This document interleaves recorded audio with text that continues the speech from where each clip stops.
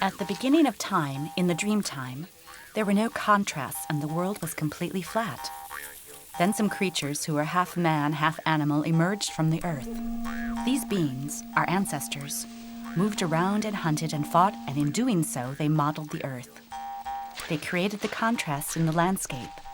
They created the rivers and the plains, the trees and the dunes, the animals and the plants.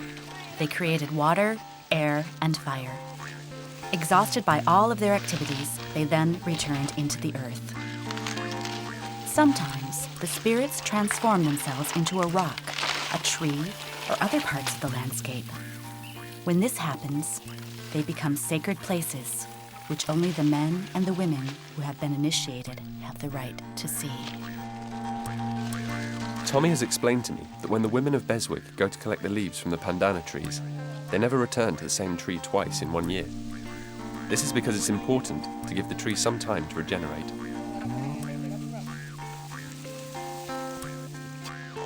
In order to colour the fibres, they dig out the roots of a shrub to make a yellow dye, and the roots of an onion to make a red dye.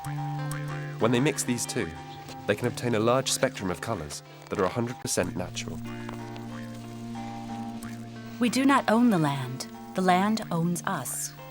The earth is our mother, the starting point where it all began.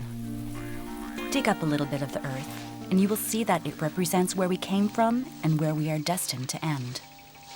The earth is our food, our soul, our spirit, our identity.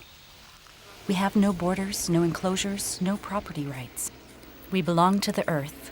She is our spiritual world.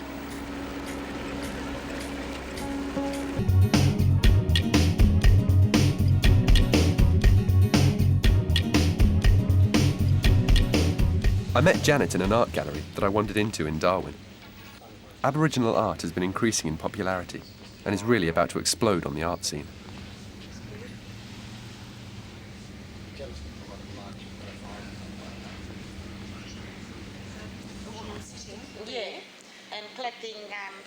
I have people coming in and they ask me what's the story is about and what the painting is about, and I tell them what the story is. My mum paints, and my two aunties and my uncle paints, and my grandmothers as well, and my brother Malcolm paints, and my sisters as well, and myself, and my daughter as well.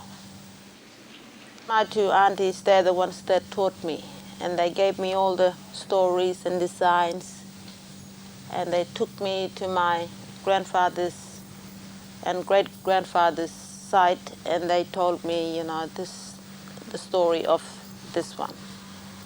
And because it's really important, and they're the ones that have the knowledge to pass on the stories and the dreamings. My father's dreaming is serpent, snake, and I also paint fire and lightning and thunder, different animals as well too.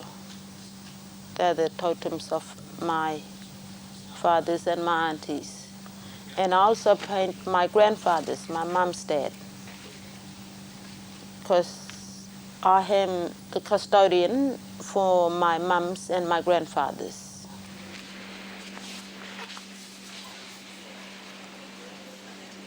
Of all the artists that we have, Janet is the most popular, and her paintings go all over the world. Not only to Australians, but they go to Europe and America. With Aboriginal artists, their stories are handed down through initiation ceremonies or age grading ceremonies. They cannot just paint any stories. They can only paint the stories that they own. The Aboriginal people, once they have their money, they share it with the rest of their family. Janet's mother's song tells the story of the painting, which is about the history of her clan. Every time the Aborigines express themselves, either through their art or through their language, I can sense all the richness and the strength of their culture, and the pride that the older members feel towards it.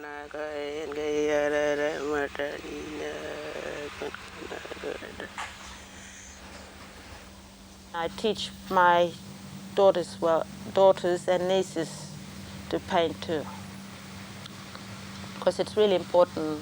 They have to, learn about our culture.